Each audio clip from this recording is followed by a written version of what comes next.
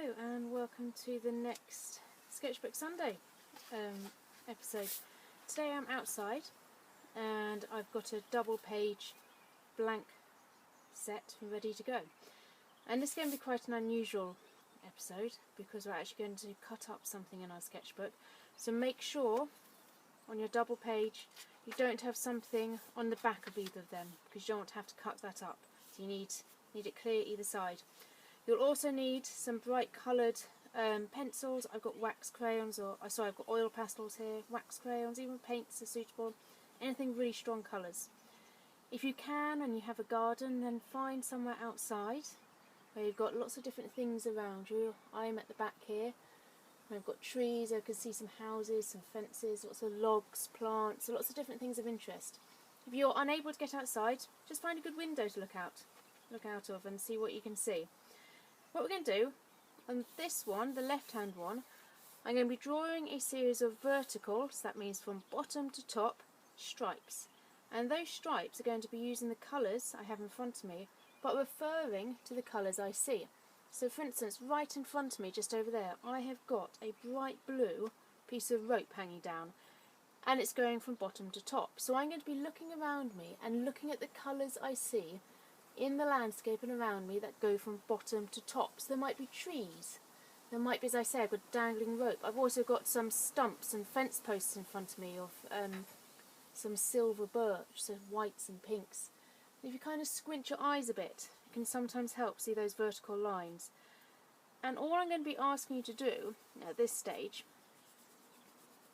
is drawing the colours you see in stripes. No more. As I say, there's my blue rope.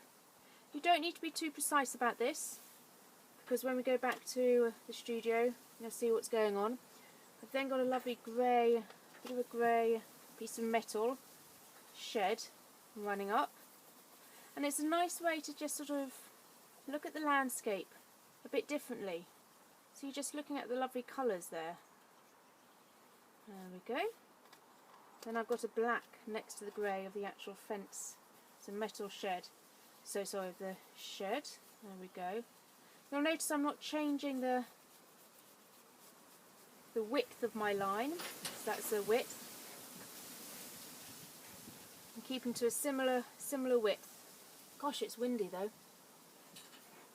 What have we got next? We've got a lovely green, very tall green plant. So I'm going to do that there.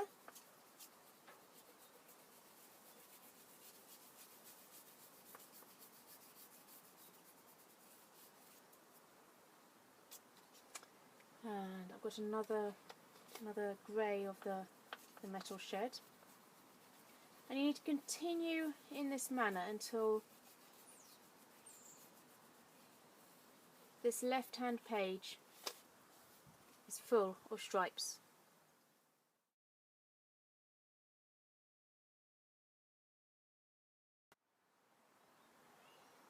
Okay, so once you've filled your left-hand page with stripes, what we need to do now is work on this page. But instead of working on this side, you're going to turn it over and work on this side. And this is why it's important you haven't got anything important on the other side. So, turn it over. And now, instead of looking at the verticals, that's from top to bottom or bottom to top, we're now going to look at the horizontals. So left to right or right to left. And again, the same principle. Look in the landscape around you. I mean, it's a beautiful grey sunny day today, so actually there's going across the top of my horizon there's a grey cloud, so I'm just going to fill in the grey one. And you want to stick to similar size stripes as you were doing in your vertical ones.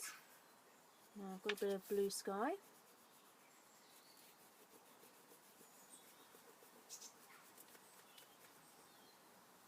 Lovely bright green leaves out there hanging on to the buddleia. I'm moving my vision down the landscape now, and I can see the top of a fence post, which is the top of a fence line going from left to right. So there's my fence line.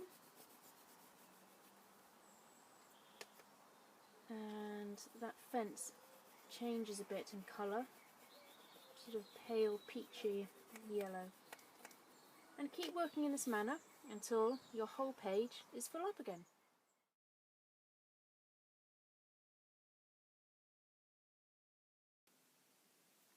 Good afternoon and welcome back to Sketchbook Sundays. We're here on, well, it's quite a grey day, isn't it? Grey and miserly. But we're here with some lovely colours. These are the stripes we both did in the garden. You did yours looking out of the window, didn't you? And I did mine in the garden. So you've got them both sides. What we're going to do now, and all you will need for this exercise, is a pair of scissors suitable for your needs. And we're just going to cut up our strips. Now what we're going to do, and this is really important to note, we're going to kind of follow the stripes, so a cut in between every stripe. But you do not need to cut all the way off your page. You're not making little stripes. You want to kind of stop your cut about a little bit from the top. I'll show you the first ones. I just move you up a teeny tiny bit. Thank you. Obviously be careful with the scissors. You can see I haven't cut off the page, and you need to do that to all of your stripes on your vertical page. Could you just start the first one so I know where to stop? Yeah, of course. Please. That's very sensible thinking, isn't it?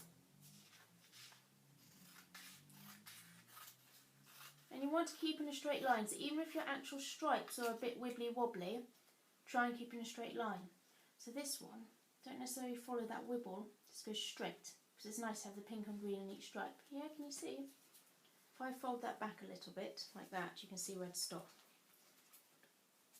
I'm just going to carry on across mine. Oh, hang on, I'd started there. You just need to carry on. And what's nice about this sort of activity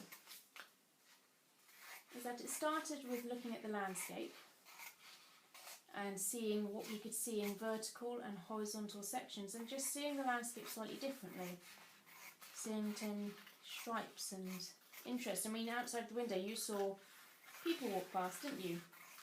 And you quite rightly said, well, they're quite vertical, so you drew their red coat. And in your there's the red coat. And in your horizontal one, a black dog walked across from left to right, what you could see in the window. So quite rightly, that black dog got a stripe.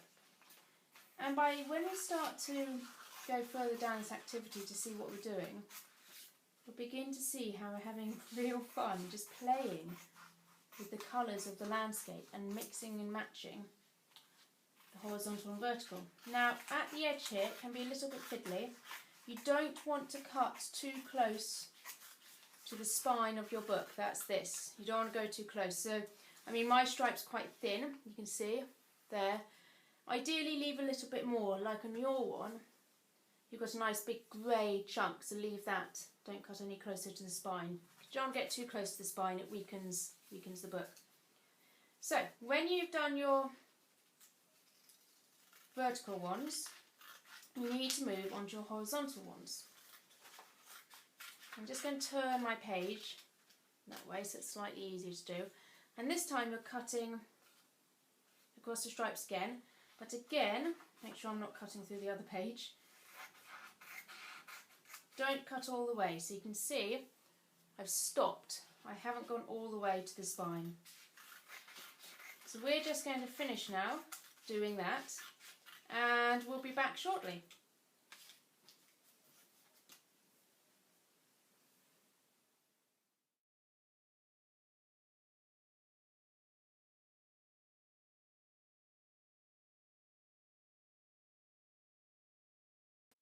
Okay, so we're back now. We've cut up all our pages, as you can see.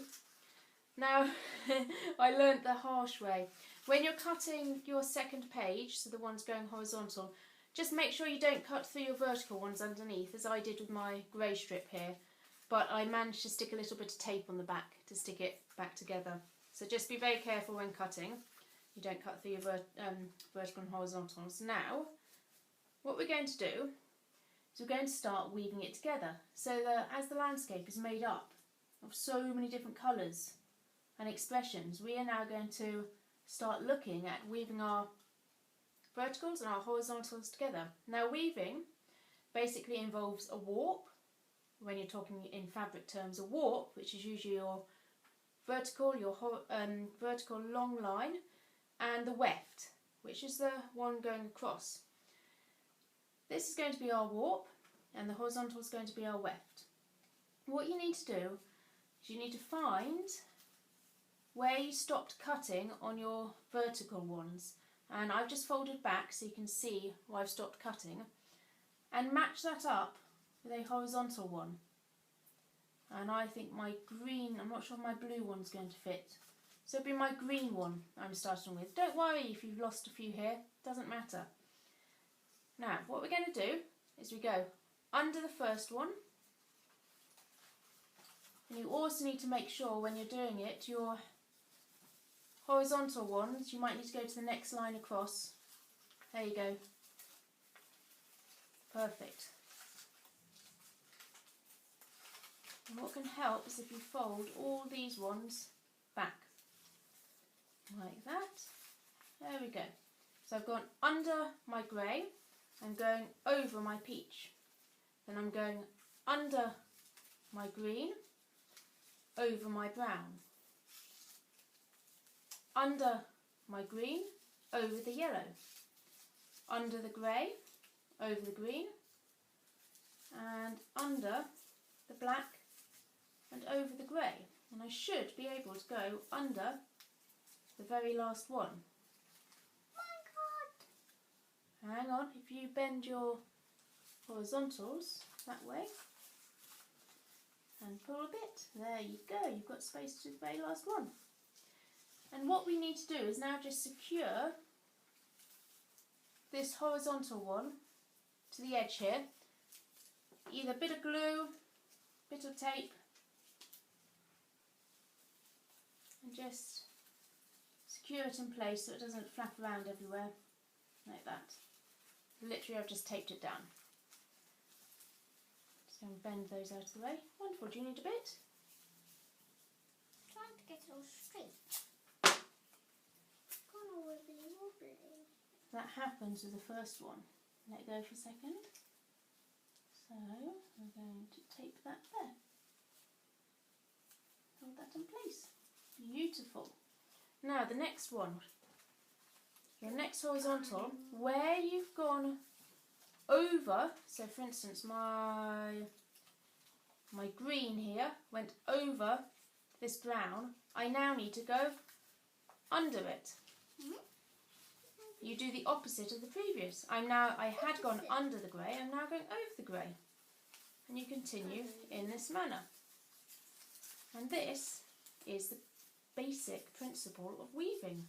And under and over. Can I just move you up a little bit, baby? Thank you. Under and over. Weave. And what's happening is we're getting some really beautiful checker work effects from our horizontal and vertical stripes. Just going to tape that brown down.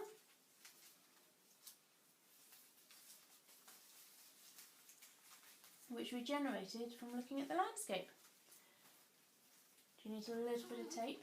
Hang on. It's not done yet. Oh, hang on, let me move mine up a bit. Not done yet. These ones haven't been done. These strips. Hang on, you need to move this up. There you go. If you hold it, that goes under that one. Perfect. Did I tape it down? There we go. If you let go a second.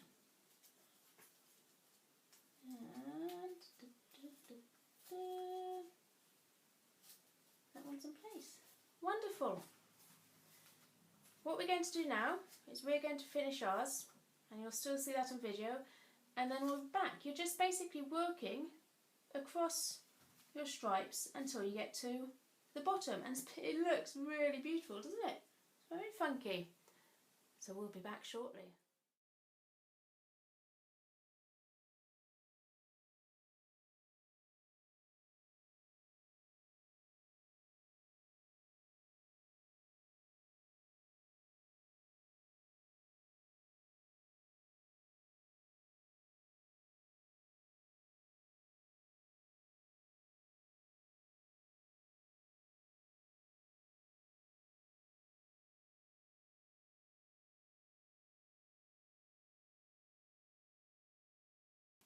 and so we're back again. You have finished yours, haven't you? You've gone all the way from top to bottom. Because my stripes were slightly smaller, mine's taken more time. So you can leave a fringe, unwoven ones at the bottom, and that means just cutting off your horizontal bits. There we go. And then you have a wonderful, don't need this one. Oh, they're quite pretty though, aren't they, against the brown? Wonderful paper weaving, which is really, really cool. Now, how to develop this, there are many ways. The principle of this weaving, first of all to note, is mine were quite even stripes with the horizontal and the vertical and the horizontal, and so I've got a quite even sort of checkerboard weave. Whereas yours, your horizontal stripes, were they thicker or thinner than the verticals? Thicker. They were thicker, weren't they? And they created a really interesting pattern. So by having thicker horizontals or verticals and alternating the width of the stripes, you can create some beautiful different surface textures.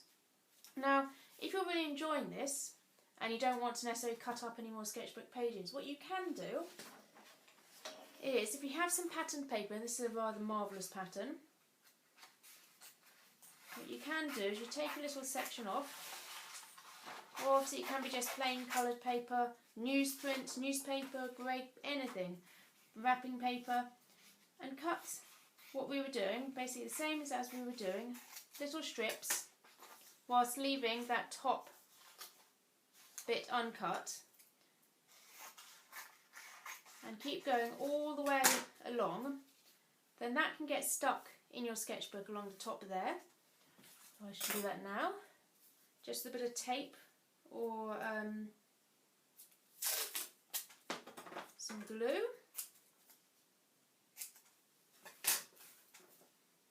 There we go. So secure the vertical ones, and then what you can do is you can bring in, now I'm going to bring in the same pattern, start cutting stripes and strips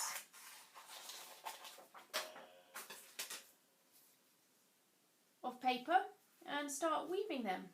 So under, over, under, and you can just leave them loose. Eventually they should hold themselves in position, or just tape down the edges if you want. And so you can have a real play with different effects, different widths of the warp and the weft in this paper weaving, and it's really good fun. Did you enjoy that? And it's lovely and soft, isn't it? makes a nice blanket. So yeah, have fun everyone, enjoy the weaving, and we shall be back again next week. Goodbye. Bye.